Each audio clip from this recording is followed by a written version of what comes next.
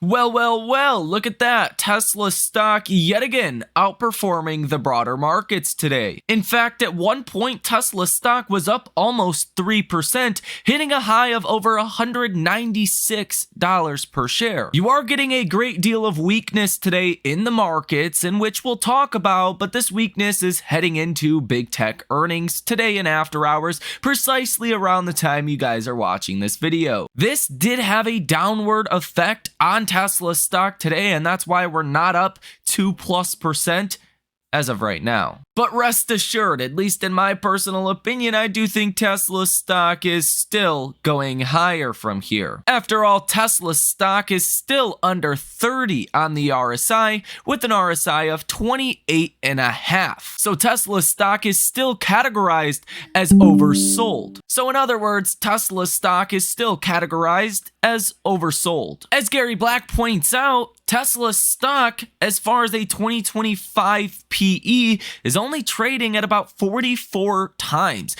And this is considering if the estimates are accurate. If Tesla becomes more profitable, Tesla could be trading at lower than 44 times multiple. This is the lowest Tesla's traded on a 2-year forward PE basis since before the 2023 first half of the year bounce of 170%. Gary Black says Tesla can go much higher if they don't cut EV prices again. This is actually something I have talked about quite extensively here on the channel as we get later into 2024. Again, as long as Tesla does not cut prices, EV affordability, specifically Tesla affordability, will be at the highest level ever, meaning the most amount of people will be able to afford a Tesla. What does that mean? Well, let's say for an example, if you can get a Model 3 customizable, the lowest end variant today at $600 a month. Well, if rates do fall considerably, let's say 2% by the end of 2024, that $600 payment may be closer to about $450 a month. And if Tesla wants to, they could incrementally start to raise prices at that point. Let's say Tesla raises prices a little bit, and they still allow you to get a discount, still be able to buy a Tesla at the cheapest rates ever. Let's say your payment would be $500 or $550 a month. Tesla gets a little bit of that gain, and you get a little bit of that gain. It gives Tesla a lot of optionality as far as profitability in the second half of 2024. But in fact, you may not have to wait until the second half of 2024 to see affordability for Teslas really improve. That could actually start as soon as tomorrow if the Fed does pivot like I think they could, but we'll talk about that more in the next video at 8 p.m. tonight. As you probably already know, the Fed will give us the press conference at 2:30 p.m. tomorrow. The report will come out at 2 p.m. So yeah, I think this information could not be more relevant. But without getting too far carried away, let's get into your really good Tesla stock news today that caused Tesla to rally almost 3% in the first half of the trading day. Tesla China weekly insured units for January 22nd through the 28th was a very strong 12,800 versus an average of 10,000 for week 4 over the past year, the highest fourth week of a quarter ever.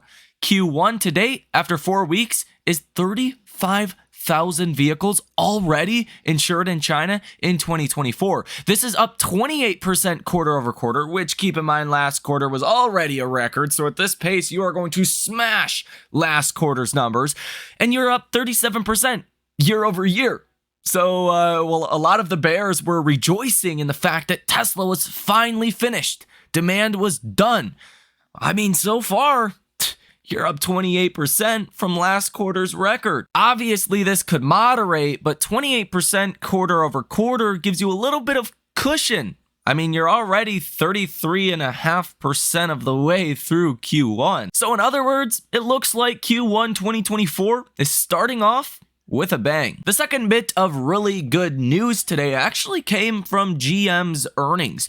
GM CFO says we are still all in on EVs. Despite what a lot of people believe, seeing GM do well is also a good thing for Tesla. Think about it like this. The number one reason why people do not buy EVs: range anxiety. You're going to get stranded on the side of the road. All of that nonsense that is really not applicable to many regions in the US or where Tesla sells vehicles. At this point, it's about EV adoption. If you see someone buy a GM vehicle, the better product's going to win in the long run. You just want to get people into the EV ecosystem.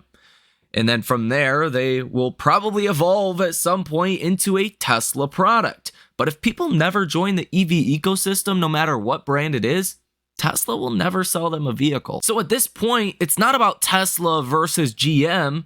Tesla, GM, or Ford are in totally different categories. But if GM or Ford could bring some of their ICE vehicle clients, their longtime potential clients, into the EV ecosystem, that potentially means down the line, better numbers, better sales for Tesla. This is like Cruise or Waymo. You don't want to see them fail because it's going to make it harder for Tesla to get to a robotaxi network. Same concept is true in terms of just converting internal combustion engine drivers into EV drivers. At this point, the market is large enough for everyone. There's still a lot of internal combustion engine drivers that need to be converted to EV drivers. On top of that, GM also reports a Q4 sales and profit beat, and they issue improved profit outlook, but admits EV pace has slowed. Now at this point, GM's obviously not known for their electric vehicles. In fact, quite the opposite. But if GM is saying the environment looks good, people are still going out and buying vehicles,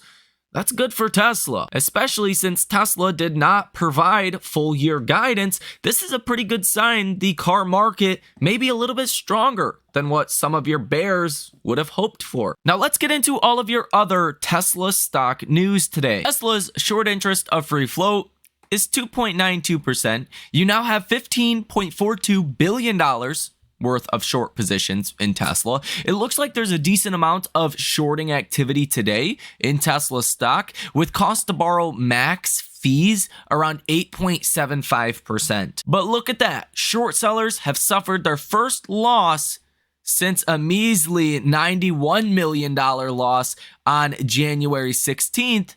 Yesterday, short sellers took a $620 million loss. If Tesla stock continues to rise from here, the billions are going to stack up quickly, and I don't think the shorts are in a position to start losing billions of dollars again shorting Tesla. It seems like in this market that we are in, with AI going crazy and stocks hitting, well, new all-time highs basically every single day, the last thing you want to do at this point is get trapped shorting at the bottom and Tesla stock rallies 30, 40+%, which I shall point out is normally what happens when Tesla stock gets to 30 on the RSI, in which, well, you're pretty much at 30 here today. The average bounce is around 30% following a 30 RSI over the past 18 months or so. Like, quite literally, if you bought Tesla when the RSI hits 30, you have made some massive returns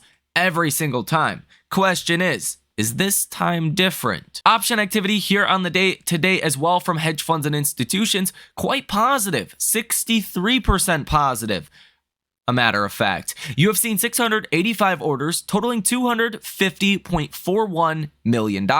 We will have final numbers at 8 p.m., but so far, so good. Option activity entirely including hedge funds, institutions, and retail investors. You're seeing 55.9% of the volume today to the call side, 44.1% of the volume to the put side. Google Trends data for the Tesla model lineup shows a slight uptick for Model 3s, slight downtick for Model Ys, a slight uptick for the Cybertruck, and a slight downtick for the Model X. Global inventory numbers continue to fall slightly for the Model Y, which I would say overall is probably a good thing at this point. The Model X inventory numbers fell a little bit overnight. Model 3 and Model S basically continuing to stay the same at about 950 vehicles of both models in inventory. And Tesla continues to run about 400 different ads globally. The big story today everyone is going to be watching is big tech earnings today in after hours.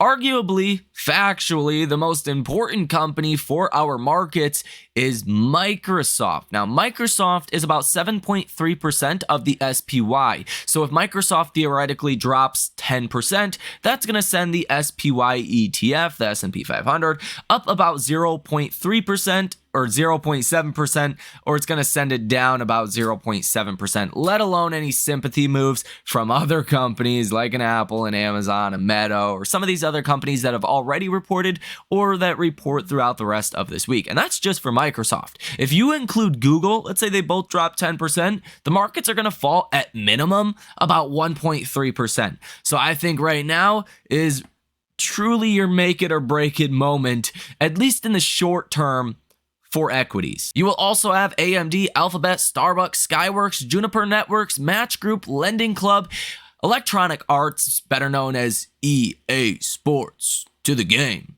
and CP that report earnings today in after hours. Ford has implemented a new policy allowing dealers to rent out the 2023 Mustang Mach-E through their dealer daily rental and Ford Rent-A-Car programs. The initiative, effective from January 15, 2024, aims to manage excess inventory. Stellantis CEO said about EV acceleration, quote, "The more acceleration you have, the safer the conditions under which your overtake can be." Elon Musk announced today that the first human received an implant from Neuralink and is recovering well. Initial results show promising neuron spike detection. And I think appropriately so, this first Neuralink product is called telepathy. In 2023, Tesla's sales of the Model Y in California surpassed the combined sales of Toyota's RAV4 and Honda's CR-V in the state. Now, this has nothing to do with Tesla or any of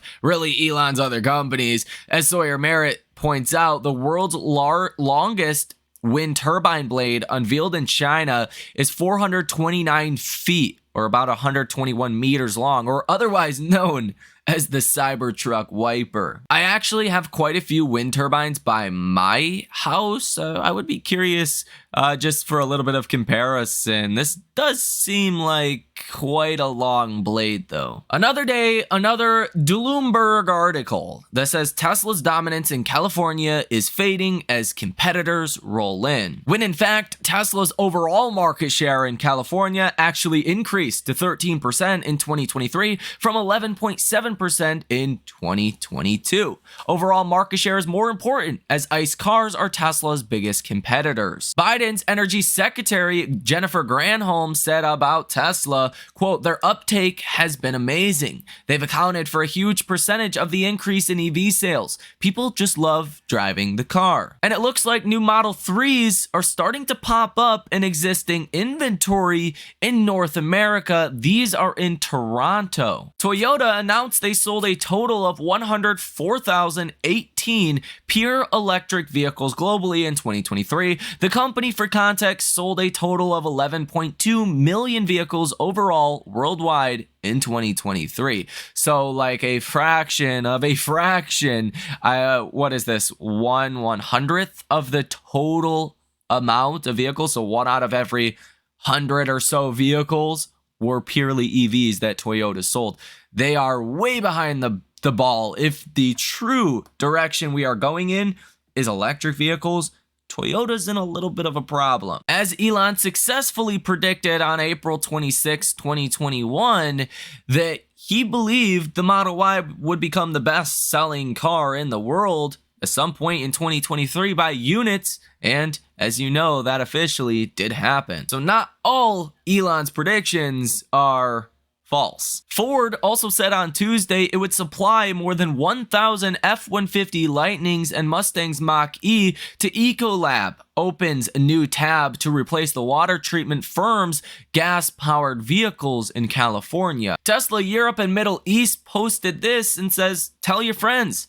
Lower total cost of ownership, maximum efficiency, minimal maintenance, and more value you get when buying a Tesla." On StockTwits, Tesla is coming in with a sentiment of extremely bullish at 98, Message volume is at 52, and the participation ratio is at 57. Now, if you're unfamiliar of what the participation ratio means, it says measures the number of unique accounts posting on a stream relative to the number of total messages on that stream. So what it means is essentially if you had one person that posted 10 messages, that would be a low participation ratio. Whereas if you had 10 people post one message apiece, that would be a higher participation ratio. So essentially, the higher the participation ratio is, the more people are talking about Tesla, not just necessarily the same person spamming, if you will, over and over again. It's a better gauge of how much activity you're currently seeing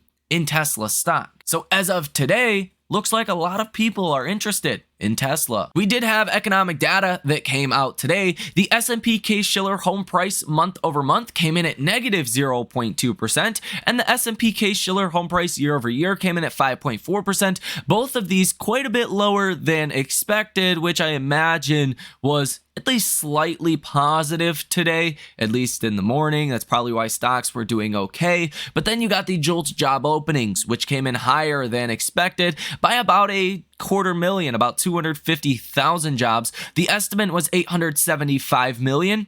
Number came in at 9.02 million. So that was worse than expected, but CB consumer confidence came in better than expected at 114.8 when the previous month was 108. And JOLTS job quits came in a little bit lower than expectations as well. You did have Dallas Fed Services Index come in a little bit worse than expected at negative 9.3. The estimate was negative 8. I don't think anyone is going to argue with that, considering service inflation is one of the more sticky areas. And then you do have Dallas Fed Services Revenues Index, which really missed expectations, coming in at negative 3.6 when the estimate was positive 3. But the thing the markets really focused on were the JOLTS job openings today. And that was seen as negative because came in quite a bit higher than expected. Likely a pretty good indicator the economy is doing better than expected. This did cause the markets to get further apart here and start to price in a higher probability of a continued pause coming March 20th. The odds of a continued pause today jumped from 52.9% yesterday to 58.8% today. The odds of a rate cut coming in March came in at 46.2%. Yesterday. The odds today are 40.4%. So you're no longer heading into tomorrow expecting a rate cut in March. I think that's actually good, because if the Fed says, yeah, we're not thinking about cutting rates soon, or yet, some kind of language along those lines, it's not going to take the markets by surprise. We're not expecting a rate cut in March. We are now expecting the first rate cut coming on May 1st. But then again, a survey that was conducted by CNBC shows the vast majority of investors, at least in this survey, probably hedge fund institutional investors, are expecting the first rate cut in June, with surprisingly 70% of investors expecting that first rate cut. But I mean, 61% don't expect a first rate cut until December. So tomorrow's Fed meeting has massive implications for the path of rate policy. And if we look at Tesla stock today, despite some of the weakness you are seeing in the broader markets, SPY down about 0.15%. Look at AMD before they report earnings, down over 4%. Google's down over 1%. Microsoft's down a half of 1% as well. Not to mention, of course, Apple is down about 2% today. So Tesla stock, even up a quarter of 1%, is massively outperforming its peers. Here on the day today, the 10 and 2-year yield curve inversion is still inverted by 21 basis points. That could change quite a bit coming tomorrow, depending on what the Fed says. And I think the Fed is going to make a pretty big change. As I said previously, we'll discuss that in the next video. You do not want to miss it. 10-year Treasury yields declining about 2 basis points today to 4.07%. This is causing TLT to rise about a half of 1%. But what's actually most interesting today is XLF, the ETF for the financial services sector, essentially banks, is hitting a new 52-week high today. And I think this is screaming something about tomorrow's Fed meeting. And I think you really want to see my interpretation of that coming in the next video. Now, the dollar today, the dollar is down about 0.1%. I think that is holding some kind of bullish nature here in our markets today. Without the dollar being down a little bit, let's say the dollar was up like 0.5%, today would be a lot redder of a day across the board. Gold is pretty much flat on the day today. The percentage of stocks above their 50-day moving average getting absolutely destroyed today, down about 4% to 65%. This is drastically different than your high of about 86% towards the end of December. So today's earnings and after hours are massively important. The average stock is hardly above its 50-day moving average. If big tech falls, you're in for a problem. And of course, we will be going over big tech earnings and what kind of implications that will have for the markets throughout the rest of this week coming at 8 p.m. tonight. In the meantime, that's going to do it for this video. That is everything you need to know in a nutshell. Hopefully, you found some value out of this video today.